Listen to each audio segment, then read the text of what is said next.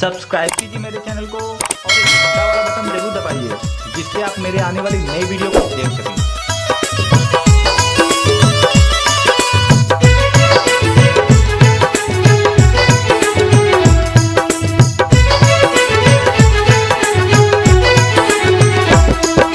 हनुमान जी का सुमिरन करके धरो आपके चरणन ध्यान, महान त्यागी जुमदेव बाबा आपके चरणन शीश नवाए, लिख कहानी जुमदेव जी की। भक्तों सुनियो ध्यान लगाए, दया के सागर जुमदेव बाबा सब पर कृपा रहे बरसाए, जो जैसी श्रद्धा से आते बाबा सबकी सुने पुकार, महावीर अंजनी के लाला सब पर कृपा रहे बरसाए। सुनिए कहानी बाबा जी की, सोना में महिमा रही सुनाए, सुनिए कहानी बाबा जी की।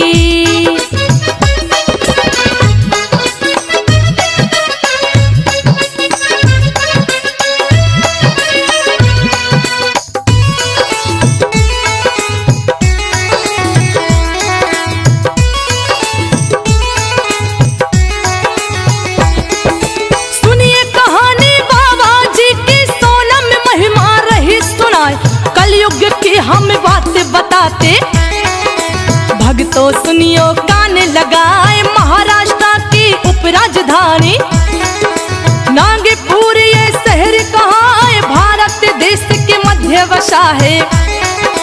ये ऐतिहासिक शहर कहाँ है, आजादी के लिए सज्जनों कई वीरों ने प्राण गंवाए, उसी समय हुआ सत्याग्रह 1921 कहलाए। नागपुर के सब लोगों ने इसमें हिस्सा लिया था, नागपुर के सब लोगों ने।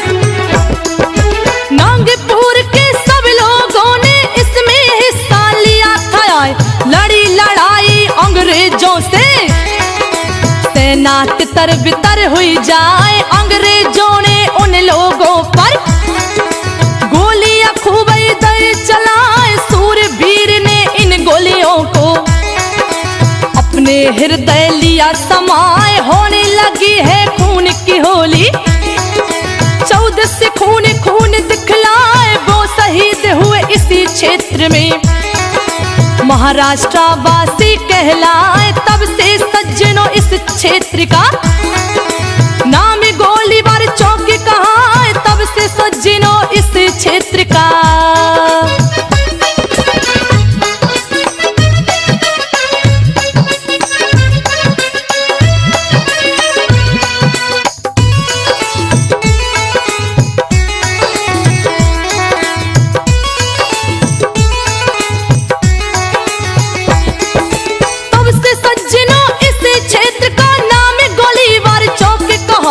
इसी क्षेत्र में रहते भैया हलवा जनजाति के लोग, ठुटकर परिवार यहाँ पर रहता, सगे 4 भाई कहलाए, पहला तानेवा दूजा महादेव, तीजा बिठोवा नाम कहाए, बालाजी चौथे भैया है, संग साथ में रहते आए, साड़ी बुनना काम है इनका, मजदूरी से घर को चलाए, हालत उनकी अति गरीबी, बुन कर करके घर को चलाए, हालत उनकी अति गरीबी।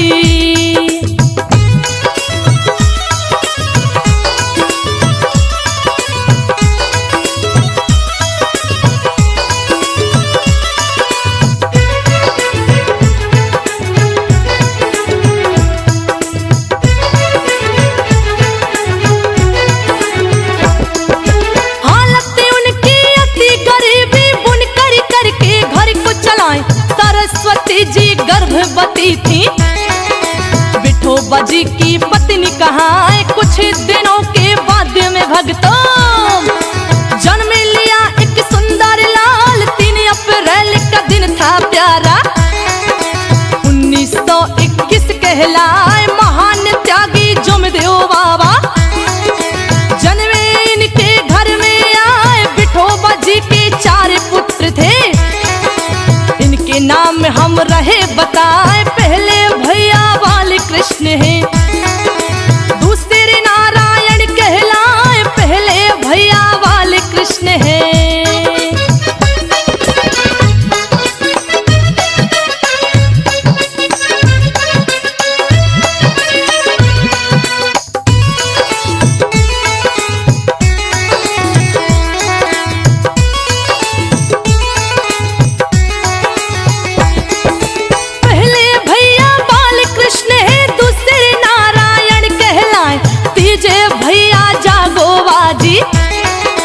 चौथे मारुति पुत्र कहाँ सबसे छोटे जुमदेव बाबा जिनका जुम्मन नाम कहाँ बहुत गरीबी के कारण वह मराठी से चौथी पढ़ पाए। घर की स्थिति देख के बाबा मन में अपने करे विचार घर का खर्च अधिक है मेरे आमदनी कम रही दिखाए। यह सोच कर जुमदेव बाबा उसका सोचे कोई उपाय। यह सोच के जुमदेव बाबा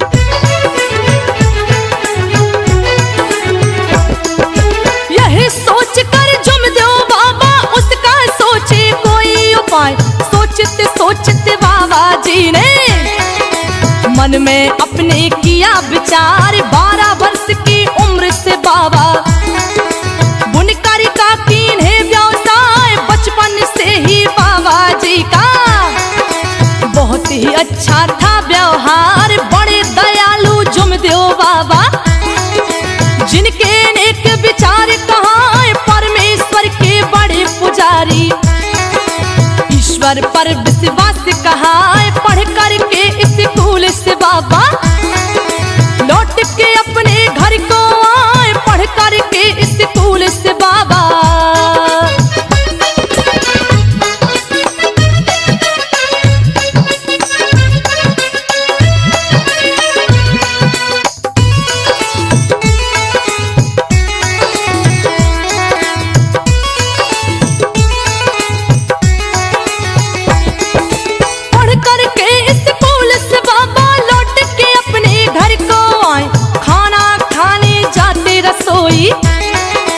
दरवाजा बंद रहा दिखाए दरवाजा की दरार से बाबा अंदर झांकने करे प्रयास। जब भी देखे बाबा अंदर उनको भूरा व्यक्ति दिखाए केवल उसकी एक आंख थी अद्भुत आंखें वो रही दिखाए। जब भी देखे बाबा अंदर वही आंखें उन्हें रही दिखाए। यहाँ की बातें यहीं पर छोड़ो अब आगे की बात सुनाए। यहाँ की बातें यहीं पर छोड़ो।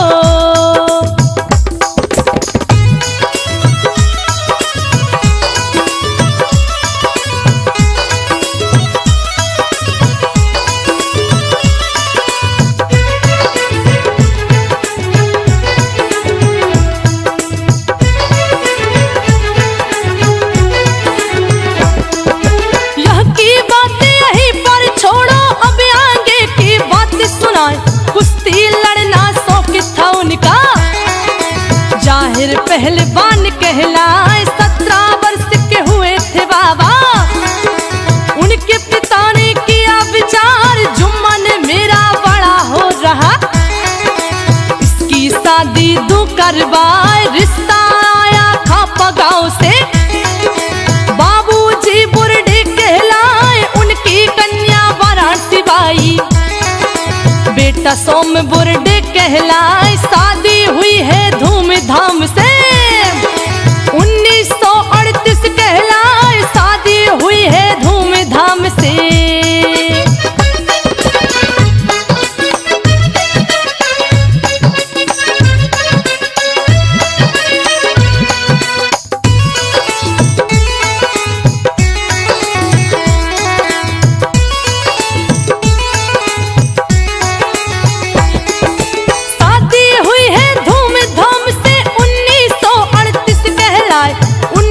वर्ष के हुए थे बाबा। बुनकर का छोड़ा व्यवसाय सेठ की श्रीमल के यहाँ पर। वही खाता लिखने को आए, मासिक वेतन 30 रुपए था, जिसमें बाबा घर को चलाए। कुछ दिन बीते यूं ही भैया, मृत्यु सेठ जी की हो जाए। लड़का उनका मदन सेठ था, मामा संग करता व्यवसाय, जहाँ करते थे बाबा नौकरी। सोने चांदी की थी दुकान, जहाँ करते थे बाबा नौकरी।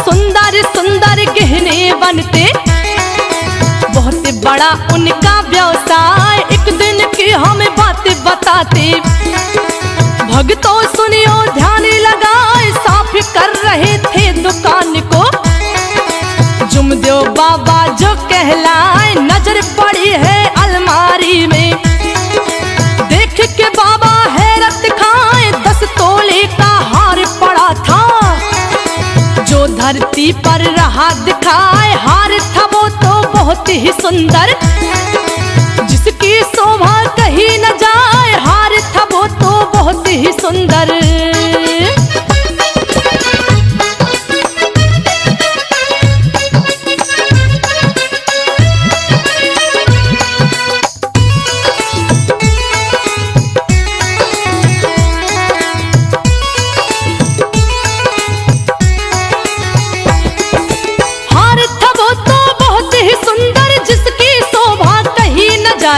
बाबा जी ने हार उठाकर मामा जी को दिया थमाए। मामा जी ने मदन सेठ को अपने पास में लिया बुलाए। पूछताछ की मदन सेठ से, बोले ऐसे वचन सुनाए। पूछताछ की मदन सेठ से,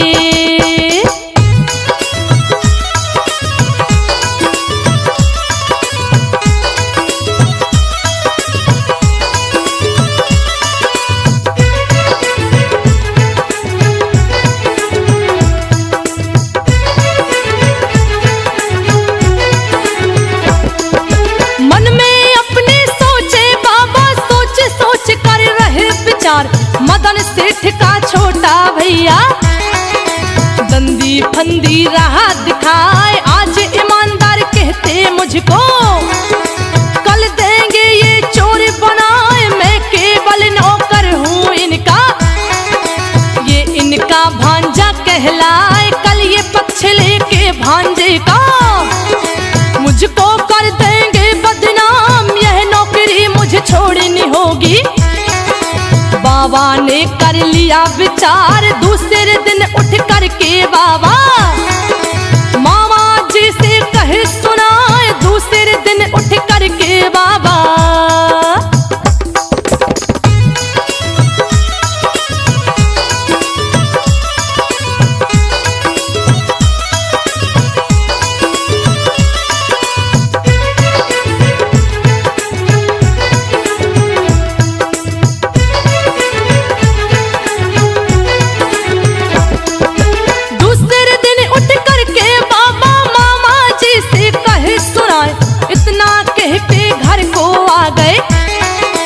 जुमदेव बाबा जो कहलाए। करने लगे बुनकरी बाबा, साड़ी बना कर बेचने जाए। साड़ी उनकी इतनी अच्छी, जल्दी से पूरी बिक जाए। 9 गोटे की साड़ी बनाते, जुमदेव बाबा जो कहलाए। दिन भर चरखा चलाते बाबा, संग में पूरा रहे परिवार। रात में जब सो जाते थे तो बाबा चरखा रहे चलाए। रात में जब सो जाते थे तो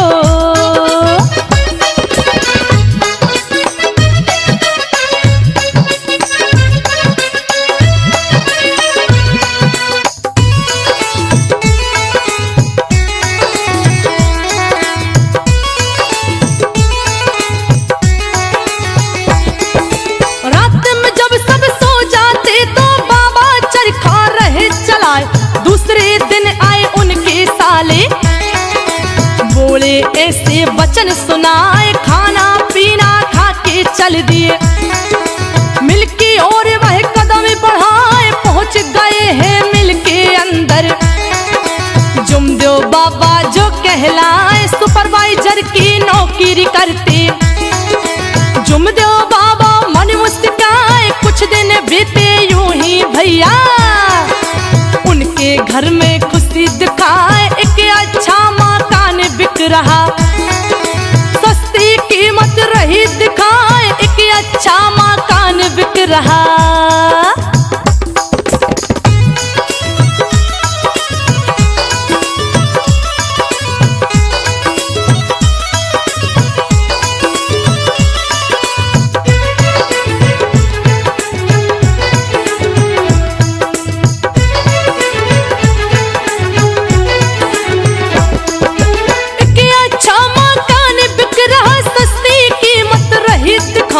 उसको खरीदा बाबा जी ने, जल्दी कर ली ना रहवास पुराने घर को छोड़ के बाबा।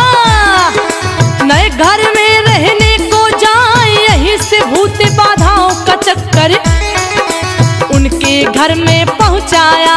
नए मकान में बाबा जी फिर सुख चैन से रहने ना पाए। घर के लोगों को फिर भैया बुरे बुरे सपने दिखलाए। सोते समय लगता था उनको सीढ़ियों पर कोई चलता आए। सोते समय लगता था उनको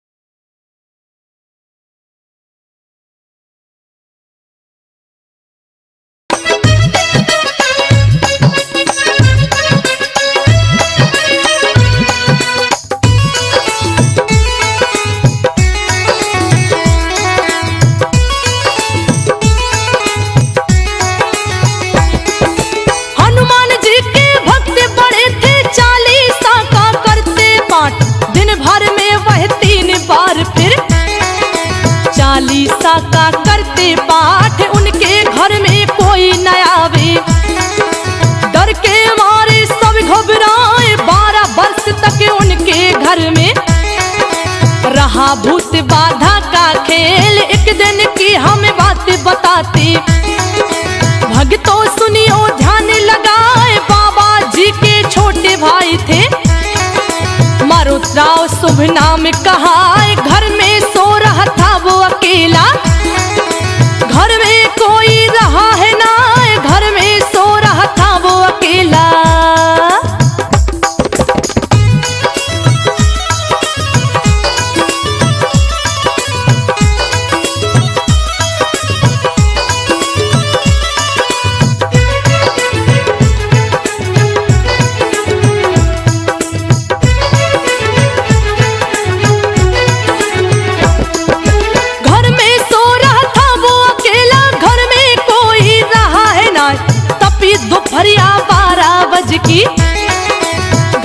सोता मारुति राव बरामदे में बाबा बैठे।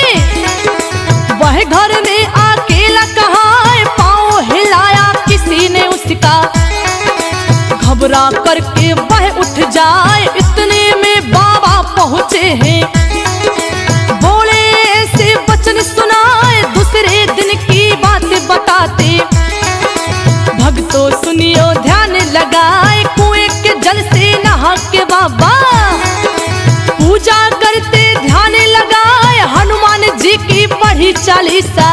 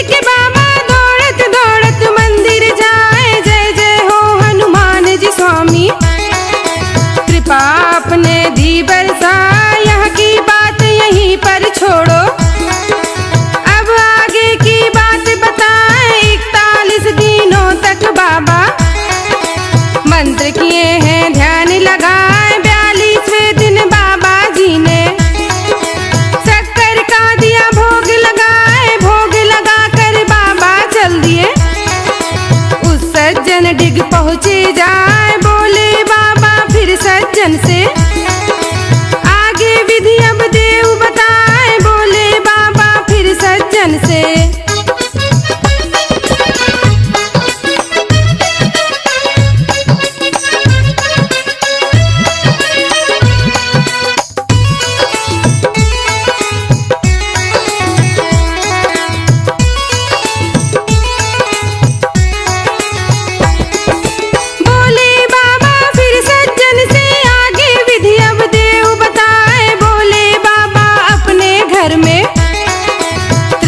हवन करूंगा भाई उसी रात से बाबा जी फिर त्रिताल हवन को रचाए, मंत्र पढ़ के दैया हूती।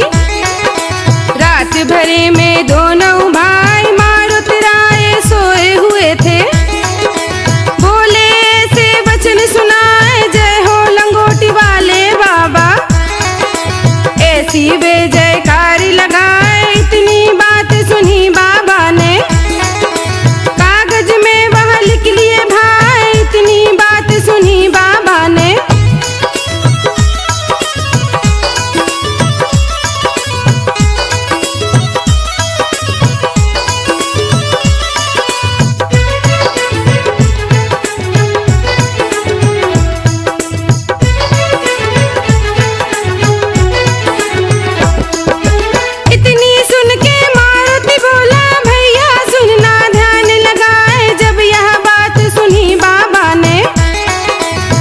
के मन में खुशी अपार, मन में सोचे बाबा भक्तों, प्रभु जी हमरी करो सहाय। मन में उनके उमंग दिखा रही, खुशी हो रहा है परिवार, साफ सफाई रंगोली का काम करत जागो भाई, प्रसाद बनाती उनकी आई। वाराणसी शुभ नाम कहाए, 7 दिनों की विधि पूरी, खुशाई हुआ पूरा परिवार, 7 दिनों की विधि पूरी कर।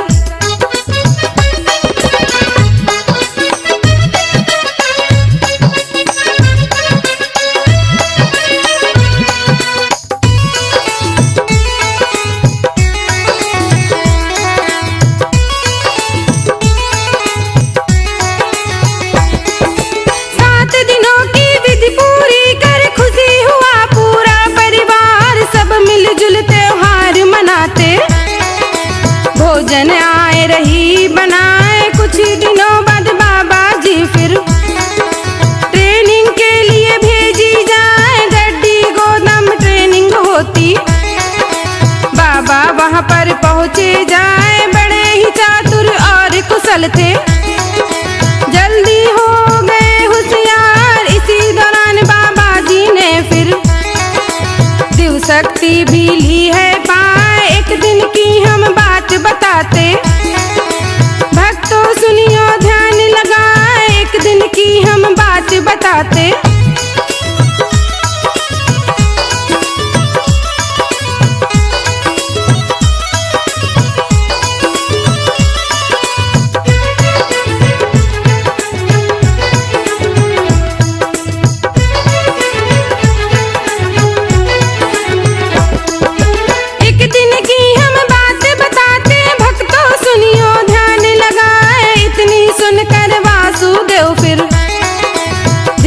धीरे कदम बढ़ाए, गिरते उड़ते पहुंचा वहां पर, जहां पर बाबा करते काम। गिलास का पानी दिया दुखिया को, पीकर दर्द दूर हो जाए। सब लोगों को हुआ अचंभा, सब कोई मन में रहे हर्षाए। कुछ दिन काम किया बाबा ने, फिर नौकरी को दिया विराम। यह की बात यहीं पर छोड़ो, अब आगे की बात सुनाए, यह की बात यहीं पर छोड़ो।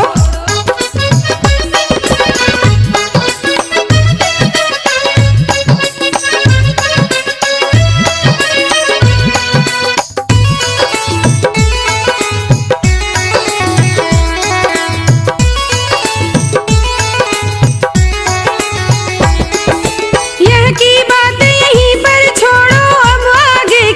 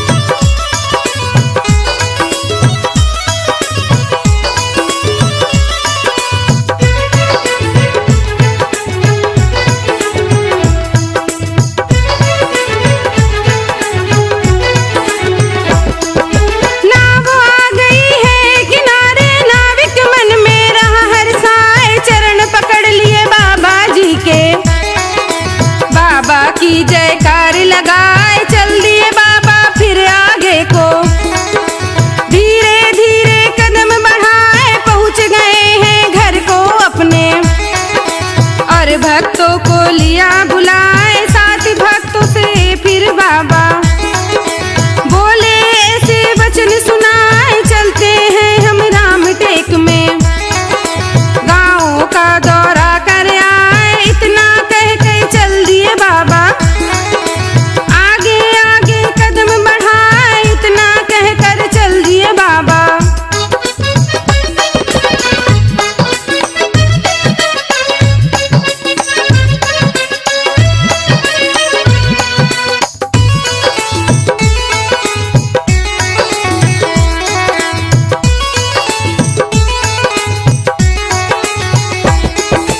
इतना कहकर चल दिए बाबा, आगे आगे कदम बढ़ाए, 1 अप्रैल का दिन था प्यारा, 1987 कहा है नागपुर के रामटेक में, होकर भंडार बोड़ी जाए पहुँच गए भंडार बोड़ी में, देखे बाबा नजर पसार परमात्मा एक दुग्ध उत्पादक संस्था उनको गई दिखाए, पहुँच गए हैं उस संस्था में, फिर यूं बोले वचन सुनाए, परमात्मा की बात बताते, जुमदेव बाबा जो कहलाए, परमात्मा की बात बताते।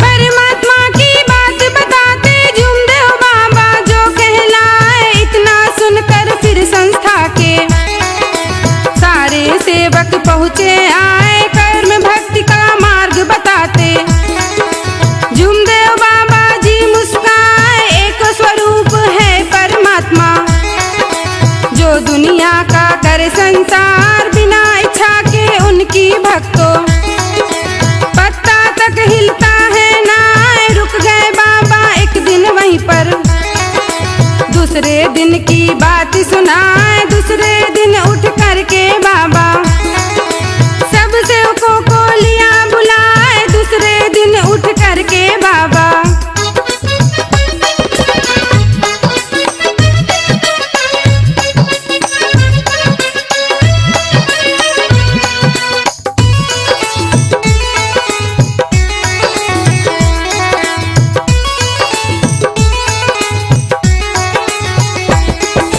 दूसरे दिन उठ करके बाबा सब भक्तों को लिया बुलाए, बोले बाबा फिर सेवकों से बैलगाड़ी तुम ले ओ सजाए, कांदी गाँव का दौरा करने, बाबा जी हो गए तैयार, आकर बैठे बैलगाड़ी में, बैलगाड़ी फिर 2 चलवाए, पहुँच गए हैं कांद्री गाँव में, भगवत चरित रहे बतलाए, चल दिए बाबा फिर आगे को, धीरे धीरे बढ़ते जाए, 3 अप्रैल को पांचाला का दौरा करे बाबा मुस्काए, 3 अप्रैल को पांचाला का।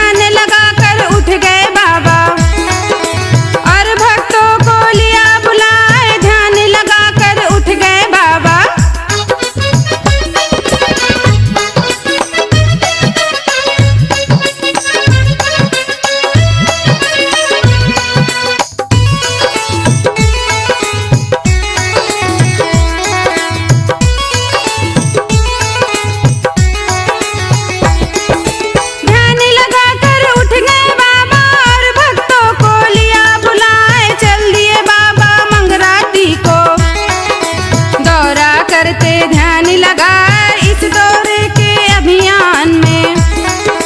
सिवनी लोहारा पहुँचे आए सलाई मेटा पंचाला के। बाबा मंडावी पहुँचे आए चल दिए बाबा फिर मगराती। छोटा सा एक गांव कहाँ है पहुँच गए हैं वहाँ पर बाबा। वहाँ भगवत मार्ग बताए एक भक्त थे बाबा जी के। जिनके मामा पहुँचे आए एक भक्त थे बाबा जी के।